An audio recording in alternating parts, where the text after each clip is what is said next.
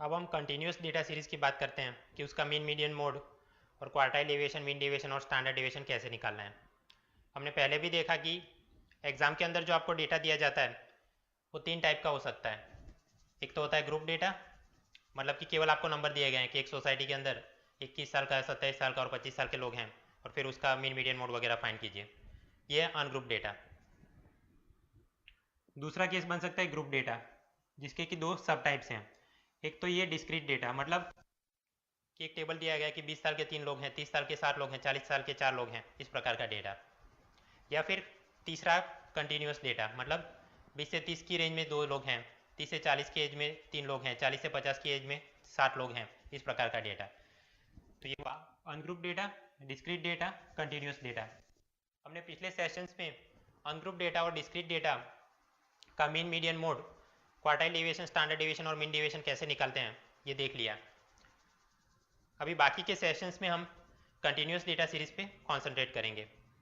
और यदि आप पुराने पेपर्स देखें तो ज़्यादातर के कंटिन्यूस डेटा सीरीज से ही सवाल निकलते हैं, क्योंकि ये और ये तो काफ़ी आसान है कैलकुलेशन में। जो ब्रेन अप्लाई करना है या फिर फॉर्मूलाज याद रखते हैं वो सारा यहीं पे करना पड़ता है।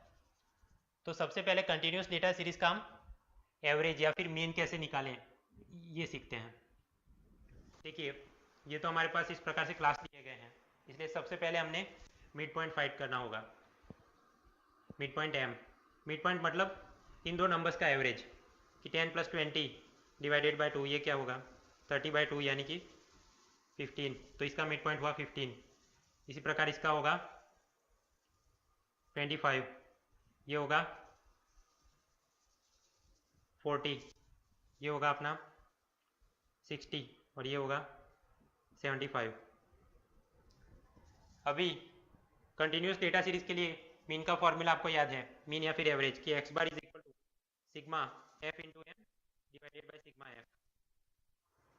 तो सिग्मा एफ इंटू एम चाहिए, मतलब ये वाला सेल और ये वाला सेल मल्टीप्लाई करना है, एफ इंटू एम। तो येगा 15 into 5 75, 25 into 8 200, 16 into 4 640, 8 into 6 480, 75 into 3 225। ये हुआ अपना एफ इंटू एम का कॉलम। अब इन सभी नंबर्स को ऐड कर देंगे इस कॉलम के, तो ये क्या होगा 75 + 200 इस प्रकार से, तो ये मिलेगा 1620।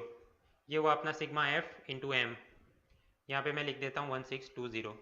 अभी हमको चाहिए सिग्मा एफ, मतलब ये वाला कॉलम, 5 इंटू 8, 5 + 8 + 16, इस प्रकार से इस कॉलम को ऐड करेंगे तो ये आएगा 40। इसको एन भी बोलते हैं।